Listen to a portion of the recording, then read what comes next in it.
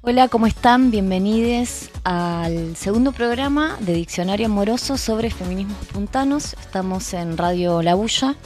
Mi nombre es Romina y te doy la bienvenida a este espacio. Bueno, les cuento que hoy vamos a hablar sobre feminismos latinoamericanos, feminismos decoloniales. Vamos a tener de invitadas a Nati Ortiz y a Yelena Aguilar, que forman parte de la banda de Cabrones. Vamos a tener ahí una charla entre las chicas para que nos cuenten un poco acerca de la música, el mundo femenino, qué implica ser mujer en el ámbito de la música sanluiseña, qué pasa con el feminismo, cómo ellas llevan el feminismo a sus ámbitos laborales, a sus ámbitos cotidianos. Pero bueno, te invito a que te quedes conmigo, vamos a escuchar algunos temas, vamos a aprender. Te recuerdo que es un programa que justamente se enfoca en aprender acerca de los feminismos, acerca de, bueno, qué significa ser feminista. Lo dije en la clase pasada, lo dije en el programa anterior. Vamos a indagar en los feminismos latinoamericanos, lesbianos, queers, en los transfeminismos, y nos interesa mucho rastrear y reconstruir a las mujeres y a las disidencias que están haciendo feminismos desde diversos ámbitos, desde el arte, desde la música, desde la literatura, en la academia, en las escuelas, en los barrios, en los comedores barriales.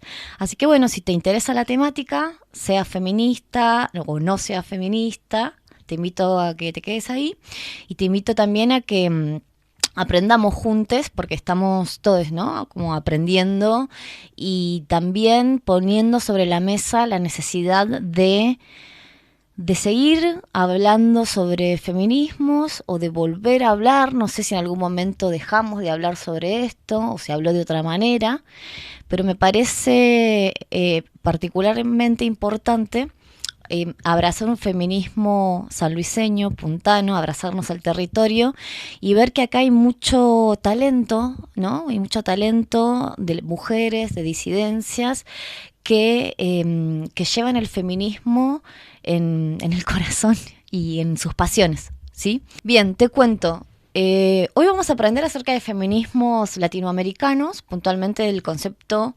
decolonial, de los feminismos decoloniales, y para acercarnos a esta categoría es importante saber qué implica el proceso, los procesos, o qué implicaron los procesos de descolonización, ¿no?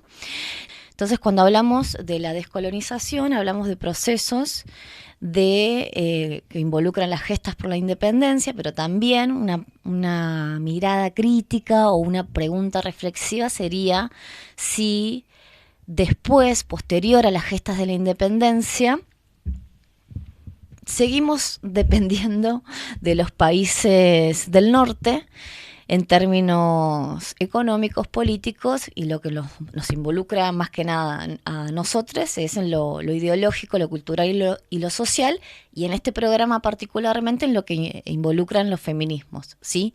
Entonces, en lo que refiere a los procesos de descolonización, sobre todo en los movimientos sociales y los estudios culturales y las universidades públicas, las investigaciones que involucraban a las ciencias sociales y humanas, empiezan justamente a pensar en tener un pensamiento propio, una epistemología, saberes, conocimientos que surjan de nuestros territorios, en este caso de América Latina, pero convengamos que los procesos el proceso de descolonización o los procesos vinculados con la dominación, con la herida colonial, tienen que ver también con África y con Asia. Nosotros nos ubicamos en América Latina y está bueno pensarnos de manera situada, ¿no? Pensarnos de manera situada significa eso. Nosotros vivimos en América Latina, en Argentina, en San Luis, estamos en el barrio Rawson, ¿no? Entonces, bueno, ¿cuáles son los saberes que surgen? ¿Cuáles son las experiencias que surgen de este territorio, ¿no? A diferencia de Esto también como una manera de interpelar los saberes eurocéntricos, y se piensa en distintos planos, en el plano universitario, en el plano de la academia, en el plano de la investigación, en el plano del arte, de la filosofía y particularmente en los feminismos, ¿no? Entonces, vamos a las escuelas, cuando fui a la escuela, los referentes en el ámbito de la filosofía, de la historia, eran referentes varones, ¿no? Y no varones latinos, latinoamericanos, varones franceses, norteamericanos. Y también me parece que está bueno interpelar los saberes que circulan en el ámbito universitario, ¿no? ¿Cuántas tenemos materias, sobre todo quienes estudiamos sociales, ciencias sociales, comunicación, educación? Tenemos materias donde la mayoría, o sea, la bibliografía está plagada de referentes teóricos que son varones y se produce una invisibilización de las mujeres, ni hablar de las mujeres latinoamericanas, ya sean escritoras, artistas, poetas. Entonces, el feminismo latinoamericano, pero puntualmente el feminismo decolonial, que justamente busca reconocer esa herida colonial, ¿no? Reconocer que hemos sido históricamente oprimidos por los países que detentan el poder, que eso significa tener una posición política, ¿no? Reconocer eso, reconocer esa historia, reconocer y en base a ese reconocimiento empezar a construir y empezar a pensar en feminismos que surjan de nuestra tierra, de nuestro territorio, que surjan de nuestras propias experiencias.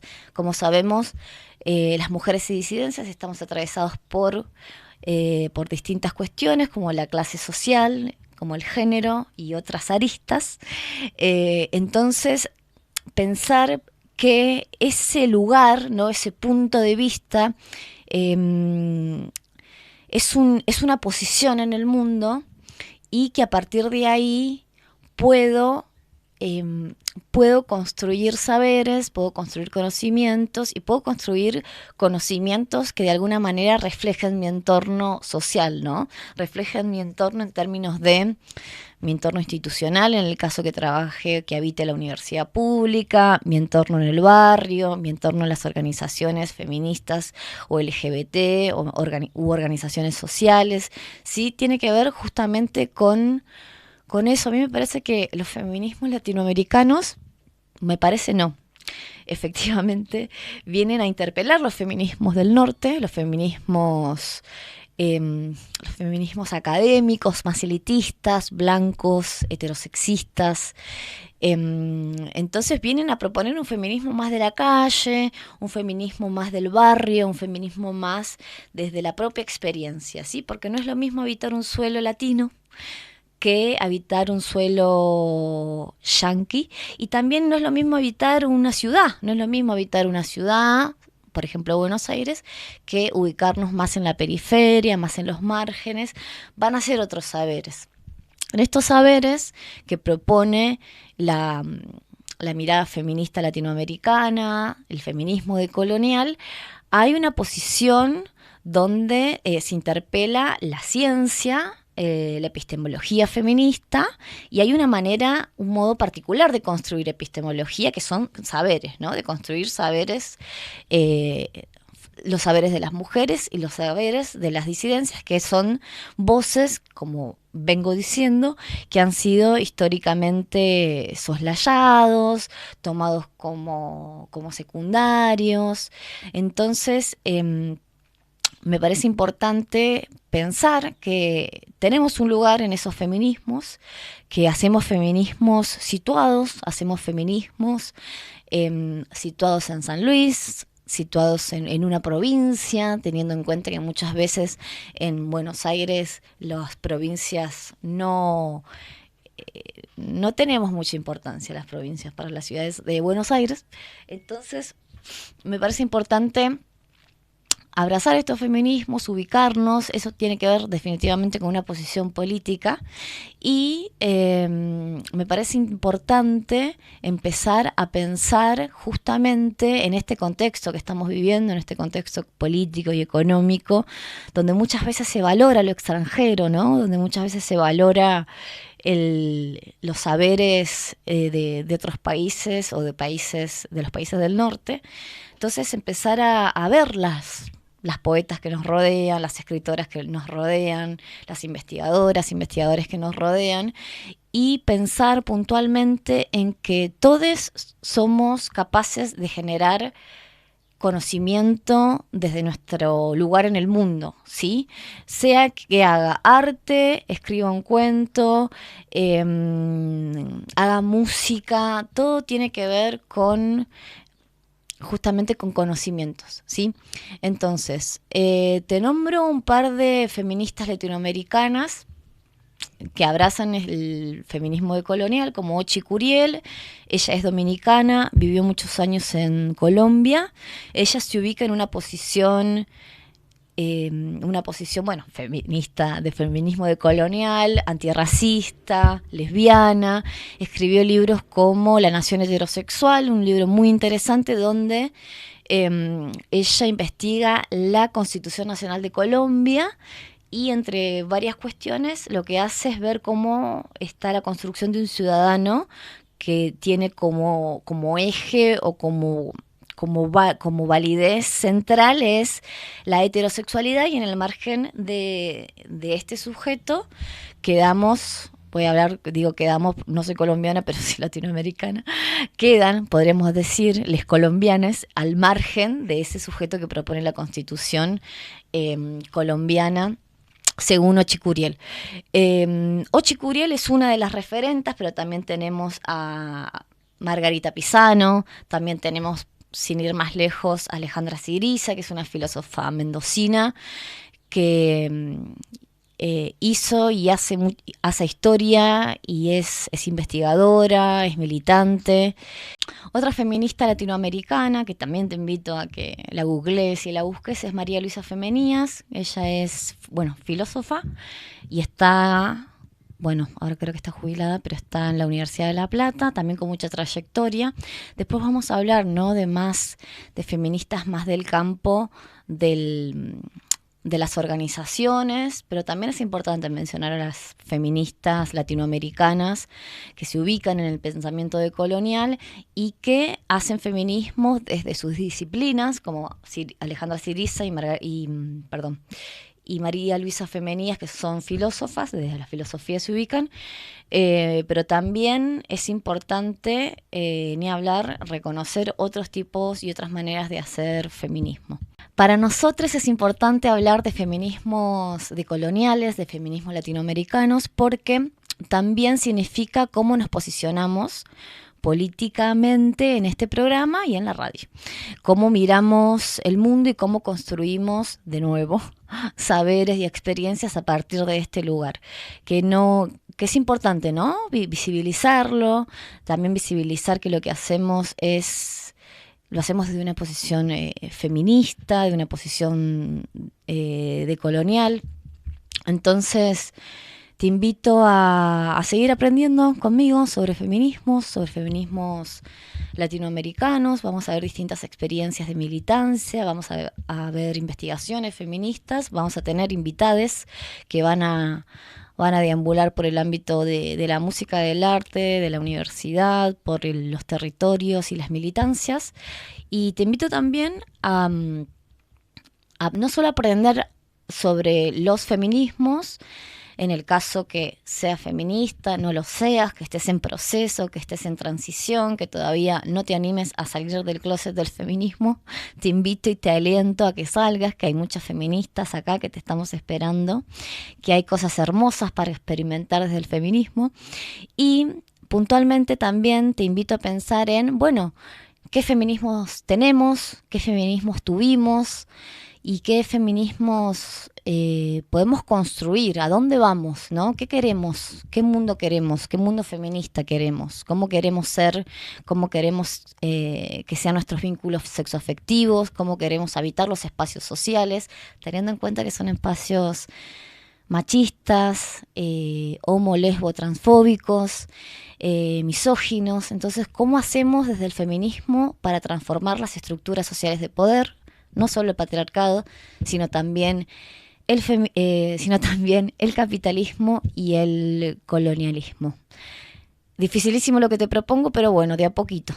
Por ahora nos estamos sentando a pensar, a aprender, a intercambiar, ya con que empieces ahí a que te suene el feminismo, a que te sientas identificada con algunas cuestiones, ya es importante, y que empieces también a poner en diálogo lo que te traemos como propuesta en este diccionario, que es eso, ¿no? La invitación es aprender juntos, y que puedas poner palabras a lo que te está sucediendo a vos día a día, ¿no?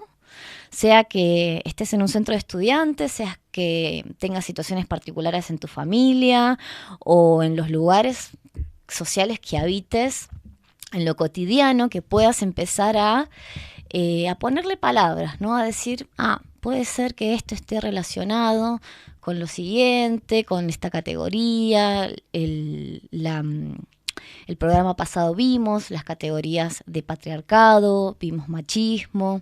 Entonces, me parece que está bueno robustecer nuestro diccionario con nociones vinculadas a los feminismos y, bueno, aprender. Te invito a seguir aprendiendo juntas.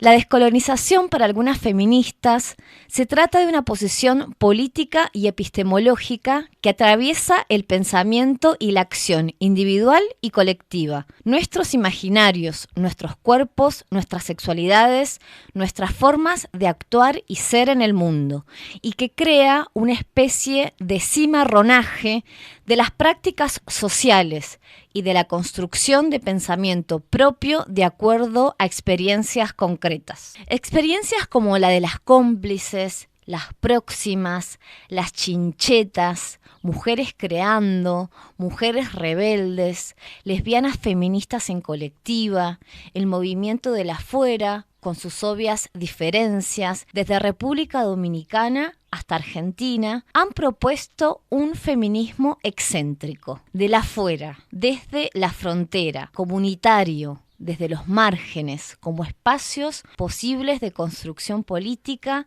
desde la acción colectiva, autogestionada y autónoma. Produce teoría propia y un pensamiento descolonizador frente al eurocentrismo y a la teoría y perspectiva de género más conservadora, y que cuestiona de fondo la relación saber-poder y la dependencia a las instituciones.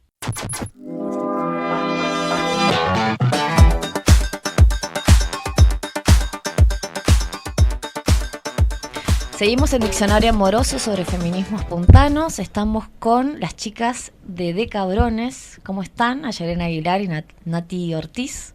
¿Cómo andan? Bienvenidas. Gracias. ¿Todo bien? Sí, súper contentas que nos hayan invitado a un programa de radio y nada más y nada menos que a la bulla, al tuyo.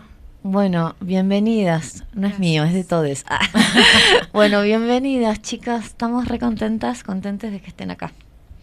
Las invitamos para hablar de música, de mujeres, de feminismos, de San Luis y puntualmente de la banda, ¿sí? De Decabrones. ¿Cómo surge la banda? La banda surge hace como 5 años y con mi compa Hernán.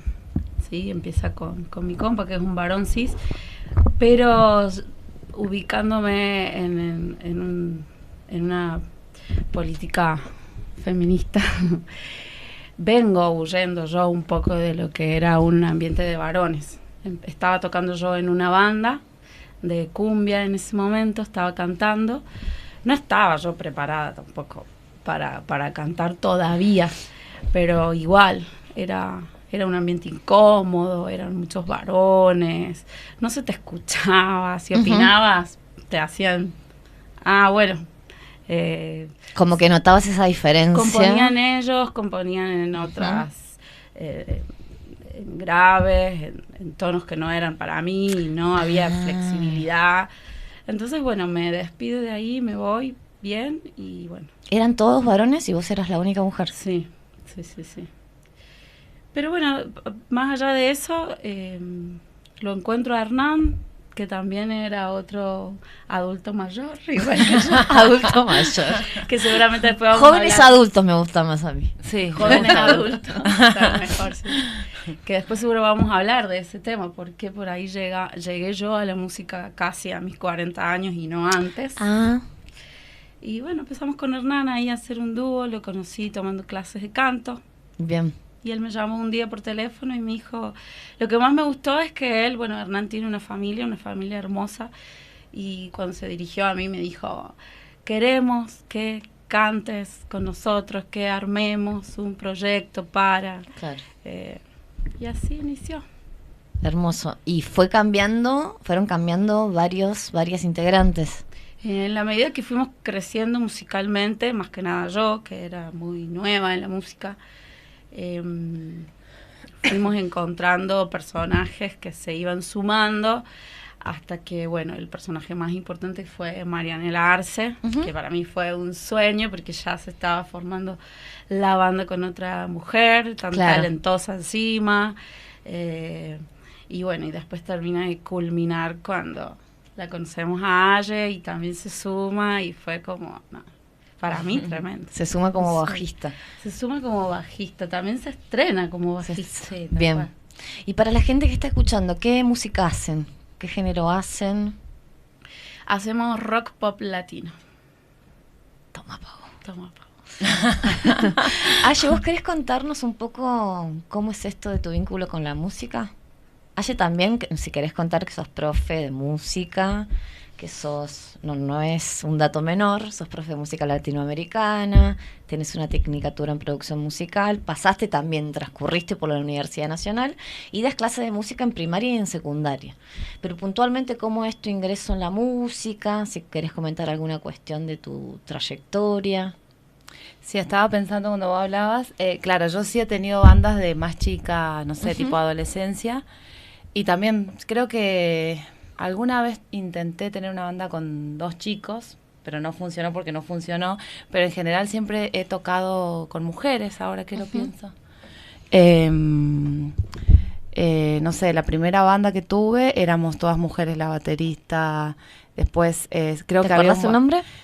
De la banda, no. No. No me acuerdo. Fue que en los 2000. Sí, no sé, habrá tenido 20 años.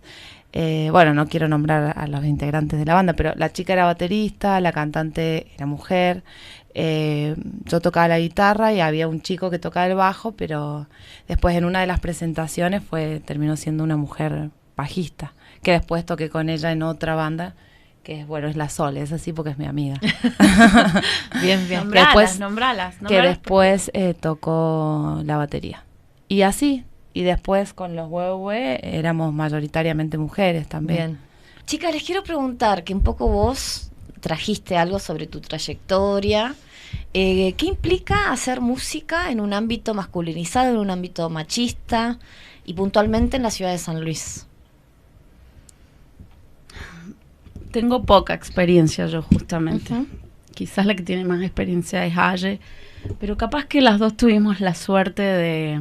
no tener que compartir tanto con varones, pero en general estaba escuchando en estos días a Barbie Recanati, que ella hace mucho mención de lo que pasa cuando hay varones en un estudio, cuando hay varones en un grupo.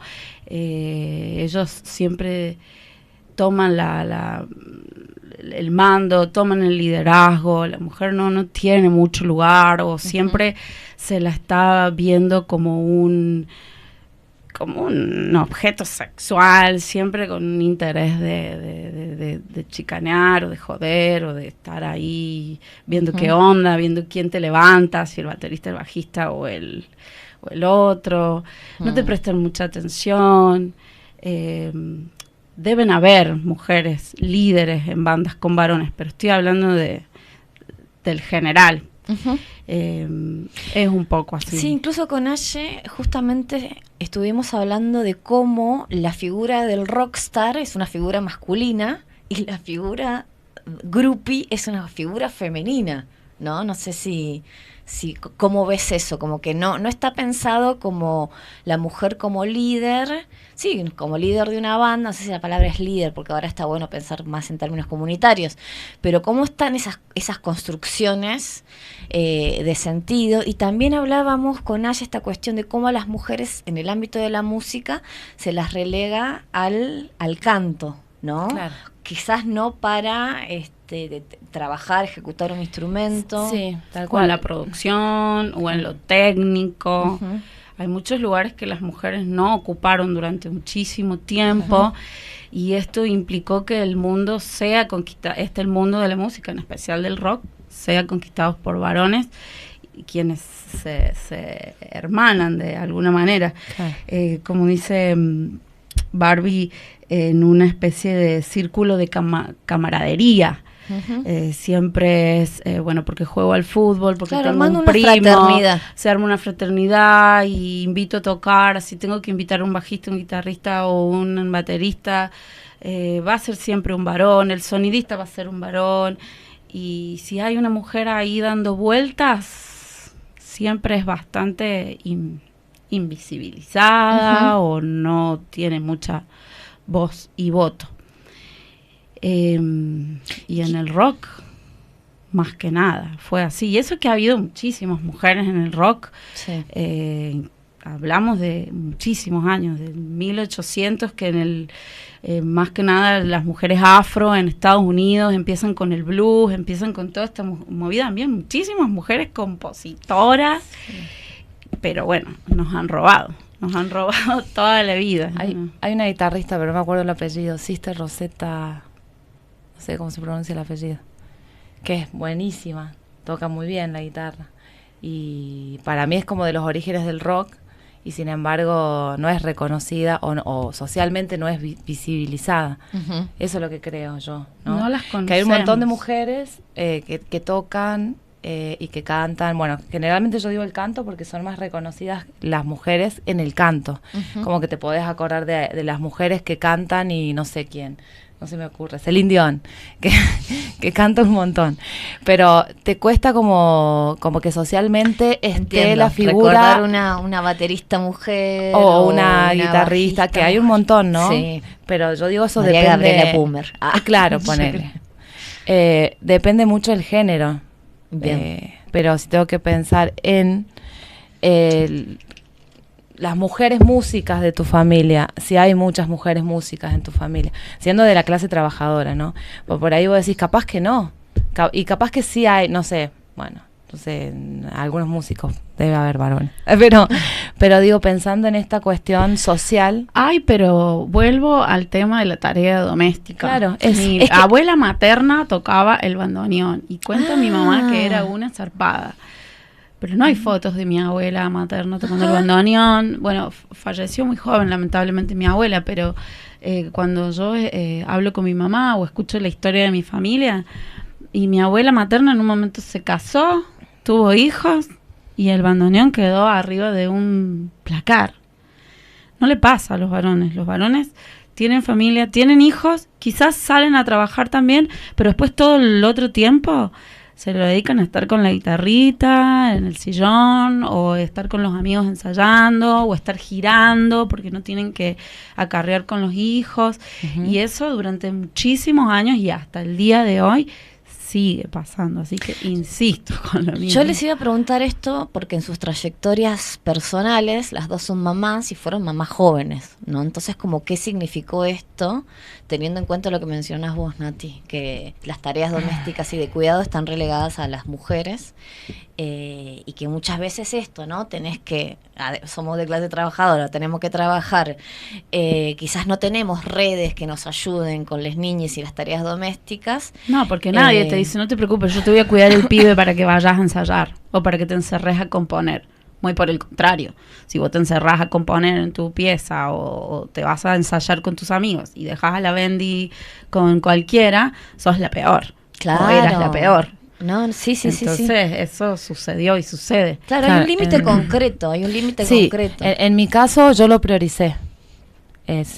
Yo no dejé de hacer, eso es lo que por ahí ayer hablaba con Romy, con el tema de la maternidad, como vos también tenés un solo hijo. Yo en mi caso lo prioricé.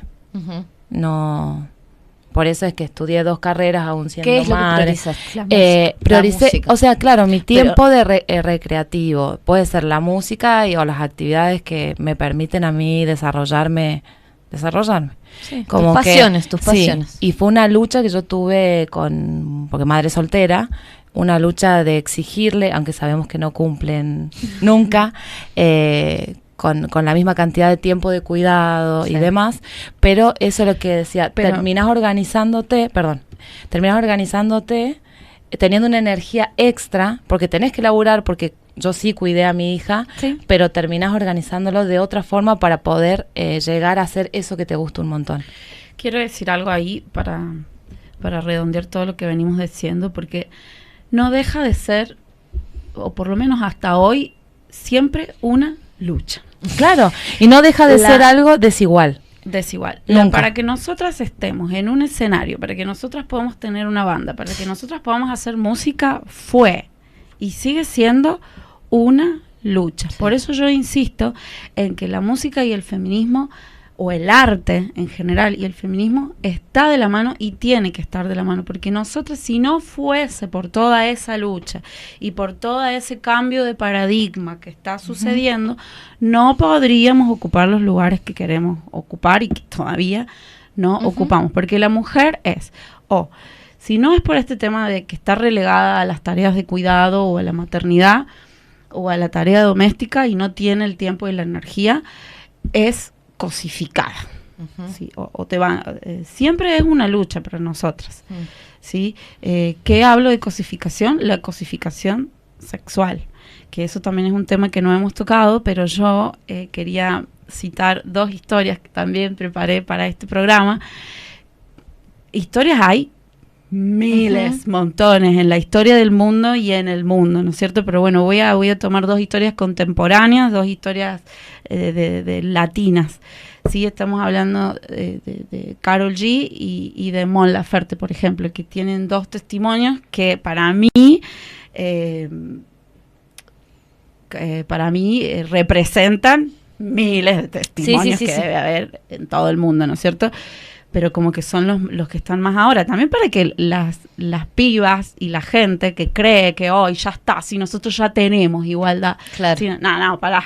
Ya se sancionó el cupo femenino en el ámbito de la música, que hay que tener en cuenta, y que tampoco se respeta. No se respeta, pero es agarrar cualquier grilla de cualquier festival de cualquier parte del país y te va a dar cuenta que nada, es hipócrita completamente. Pero bueno, ellas cuentan 2 historias crudísimas. Karol G cuenta en su documental que ha salido ahora hace poco, que se llama Mañana será más bonito, que salió no sé si se puede decir. Sí, decirlo. Que salió en Netflix. Dígalo. Mañana será más... Cuenta que ella tenía 16 años y estaba empezando su carrera musical, y su propio manager, quien ella confiaba, con quien estaba por lanzarse, se encuentran en una fiesta que celebran justamente para festejar que se lanzaba el álbum y no sé qué. Ella dice de su propia boca que el tipo tenía como 45 y pico de años, y que se le sienta al lado y que le dice: estoy enamorado de vos. ¿Cuántos años tenía ella? Ella 16, y él 45. Estoy enamorado de vos, me pasan cosas. Y que él le dice, bueno, yo necesito saber si nuestra relación va a prosperar, porque si no, medio que en lo musical tampoco vamos a poder seguir, le dice. Tipo, o sea, me estás condicionando a que mi carrera va a seguir o no, depende si yo me acuesto con vos o no me acuesto con vos. Claro. Ejemplo. Y bueno, y el de Mon Laferte, que fue el año pasado, que ella sacó su manifiesto, en donde ella hace un relato crudísimo, que no creo que no había contado nunca. ¿Cómo se llama el manifiesto, te acordás? Manifiesto de Mon Laferte, así, bien, sencillo. Para que la gente googlee ahí. Sí, y donde ella cuenta, bueno, que a los 13 años, cuando ella empieza a cantar, hasta sus 18 años, de los 13 a los 18 años, ella fue violada por su manager durante todo este tiempo, mientras él vendía también sus shows y se quedaba con el 50% era para ella. Es mucho más crudo esto, ¿no? Él agarra una Mon Laferte que ya había sido violada cuando era niña, que venía también vulnerable, muy pobre, con una familia muy pobre. Y bueno, esos fueron sus inicios. ¿Y qué valor contarlo? Y a los 18 años... ¿Qué valor contarlo? Porque también debe haber recibido muchos, viste, la mujer que atravesó por un abuso, por una violación, también es estigmatizada. ¿Quién quiere ser la violada? Nadie quiere ser la violada. Bueno, mucho valor también para contarlo. Ambas dos cuentan, más allá de todas sus experiencias, que hasta el día de hoy siguen teniendo ataques de pánico, sigue costándole muchísimo a ellas creer que son exitosas, creerse artistas, hacerse cargo de lo que les está pasando, les sigue costando y tienen un trauma para toda la vida. Bueno, y ahí está en donde el feminismo entra para mí directamente, para que tomemos conciencia. Sí, también pienso en las mujeres, en las jóvenes, ¿no? Músicas, que posiblemente vengan con otras ideas, ¿no? Con otro modo de plantarse, ¿no? Como, bueno, esto. Yo voy a hacer esto, yo voy a tocar este instrumento, yo sé manejar esto. Quizás vengan como con otras, con otros modos de manejarse. Creo y espero. Pero no en las clases sociales bajas. Ahí está. No en las clases sociales bajas. Si bien hay un feminismo bastante presente y un cambio de paradigma que está dando vueltas y que, bueno, en las escuelas se estaba antes de hace 3 años atrás, ya lo estaban hablando en los colegios y en distintos espacios, que esto desde hace 2 años otra vez censura en todos lados, todavía a la clase baja no llega esta bajada de línea. Todavía en la clase baja las niñas no saben que los feminismos no están llegando a los sectores populares. Es una crítica que podríamos hacer. Pero lo tenemos que hacer. Todavía en los sectores populares bajos son los varones los que salen del barrio. No, o capaz las chicas se quedan en el barrio a maternar. Ahí está. O a putonear. Claro. No, sí. Claro. O a limpiar, o a ayudar a criar a los hermanos, o a cuidar a la abuela, o a quedarse en la casa porque la mamá y el papá salen a trabajar. Claro, tiene que ver para mí también con una cuestión de prioridades, y en el caso de las clases bajas las prioridades por ahí obviamente son estas cuestiones, son precarias, o sea, es como que viven una vida muy precaria que, digo yo, ¿no? Necesitan cuestiones muy básicas que no permiten que exista otros espacios, y eso también lo podemos mechar con lo viejo que decíamos de nuestras madres, o si pensamos en nuestra historicidad, es estos lugares que, no sé, por decir, digo la música, pero también podemos pensar en el arte, ese espacio que uno necesita para recrearse, siendo de la clase trabajadora, para hacerte ese lugar, ya siendo adulto, cuesta un montón. Uh-huh. O sea, nos cuesta a nosotras. Me imagino en las clases somos trabajadoras igual, pero más empobrecidas. Quiero poner un ejemplo pequeño, pero actual y cierto. En el barrio Néstor Kirchner, que es donde yo vivo, donde yo vengo, ahí toda esa zona, hay una murga muy grande, y en la murga son todos varones los que tocan los instrumentos. Y bailan las chicas. Y las nenas son las que bailan. Eso y yo tuve hace poco un encontronazo con el líder de esa murga, porque me invitaban las nenas, porque me conocen, me invitaban a bailar, me dicen, enseño Nati, venga, baile con nosotros. Y el tipo me dijo en un momento, bueno, pero te vas a tener que poner un culote, ellas bailan en culote. Yo dije, yo no voy a bailar en culote. Bueno, entre un montón de otras cosas más. Pero estamos en el 2000, eso me pasó, igual no me pasó este año, me pasó en el 2023. Pero o sea, sigue siendo igual. Todos los varones son los que tocan y las chicas, si quieren participar en la murga, tienen que llevar culote y mover el culo y bailar. Déjame agregar una cosita. Una amiga también cercana, que no voy a dar el nombre, la invitaron a participar en una banda de cumbia y le dijeron, tenés que usar una pollera cortita. Y esta chica dijo, no voy a usar 2025. Sí, esto fue ahora, el año pasado, ponele. Claro. O sea, sigue pasando eso.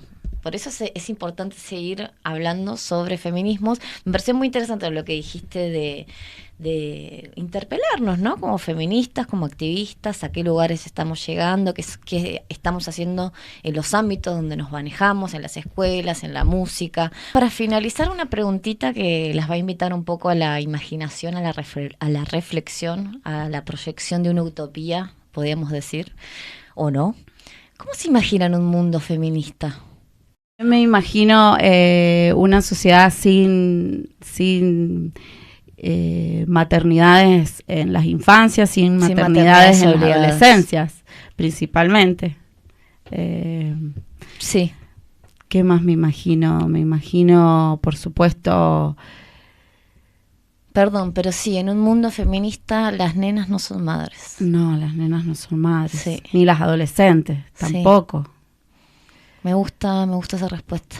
No hay femicidios. En un mundo feminista no hay femicidios. No hay misoginia, no hay odio, no hay adversión hacia las mujeres. No hay mujeres encerradas en el mandato social. Hay mujeres sin mandatos, claro. Hay mujeres sin restricciones. Me gusta ese mundo. ¿Les gusta? Me encanta, sí. Bueno, sí. A construirlo. A construirlo. Gracias, chicas. Las quiero. Gracias a vos, gracias a vos, Felicidades, felicitaciones por el programa. Bueno, gracias. Bueno, seguimos en Radio La Bulla. Volvemos en un ratito.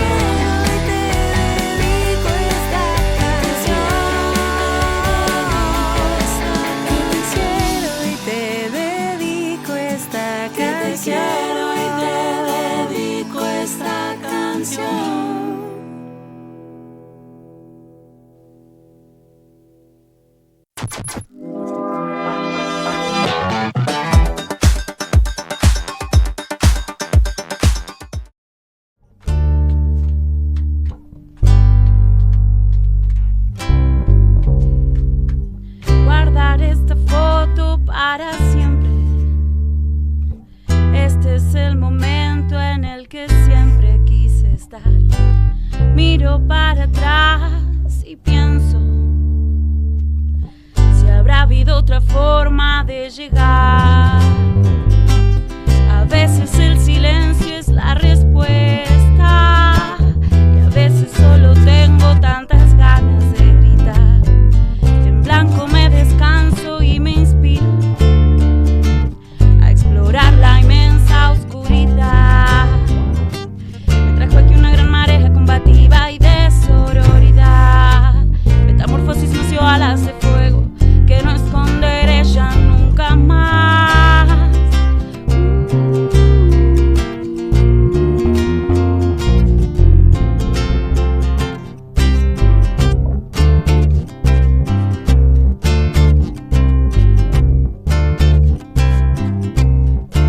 Callada me excluía, callando el sentimiento, avivando las heridas. Vuelven los recuerdos que me ahogan de aquel día, cuando ser me condenaba cada día.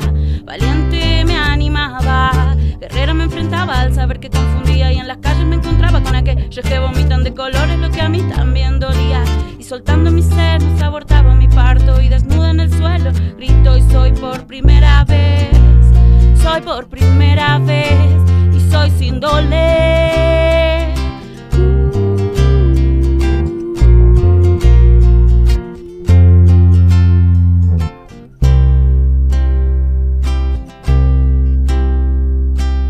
Guardar esta foto para siempre. Este es el momento en el que siempre quise estar. Miro para atrás y siento que no había otra forma de llegar. Me trajo aquí una gran marea combativa y de sororidad. Me enfrento al miedo de tu mano y sé que ya no dolerá. Armo este álbum de paisajes coloridos y grata soledad. Metamorfosis sucio alas de fuego que no esconderé ya nunca más.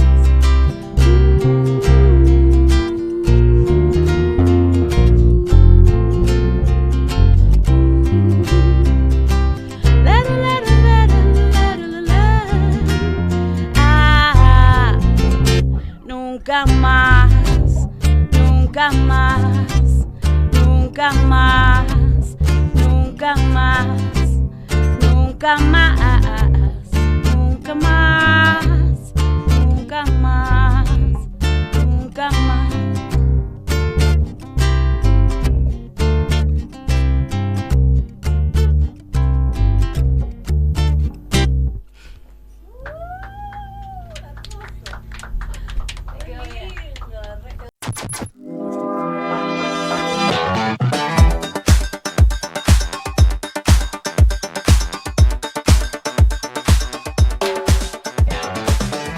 Agradecemos a las chicas de Cabrones, hermosa banda, hermosa gente, hermosas mujeres feministas que ponen ahí todo el corazón, toda la pasión a la música. Quedamos como muy contentas, muy contentes de tenerlas. Hermoso lo que hacen, vayan a seguirlos en las redes sociales, a seguirlas. Vamos a seguir trayendo músicas, artistas, porque es importante esto, la presencia, el cara a cara, el contacto, el cariño, el generar alianzas desde los distintos ámbitos. Y esto es feminismo, gente. O sea, las chicas son feministas, hacen feminismo a través de la música. Como vieron, cada una contó sus historias, sus trayectorias de vida, como madres, como mujeres, como músicas, y los distintos obstáculos que fueron sorteando en un mundo, en cuanto a la música, en un mundo masculinizado, plagado de misoginia, de sexismo, de violencias. Y bueno, me parece como muy importante visibilizar sus voces, dar a conocer sus historias y ver cómo cómo hay mujeres, hay disidencias que están haciendo feminismos en los lugares que habitan, ¿sí? Así que bueno, te saludo y nos vemos la próxima. Quizás sea muy tarde para morir. Tengo que decirte algo antes de ir. Tanto tiempo buscando algo que decir. Y ahora ya no tengo paciencia y ya no te espero más. Rápido, mamá, ¿será que no ves? Rápido, mamá, ¿será que no ves? Lo que el siglo se llevó, el tiempo se acabó.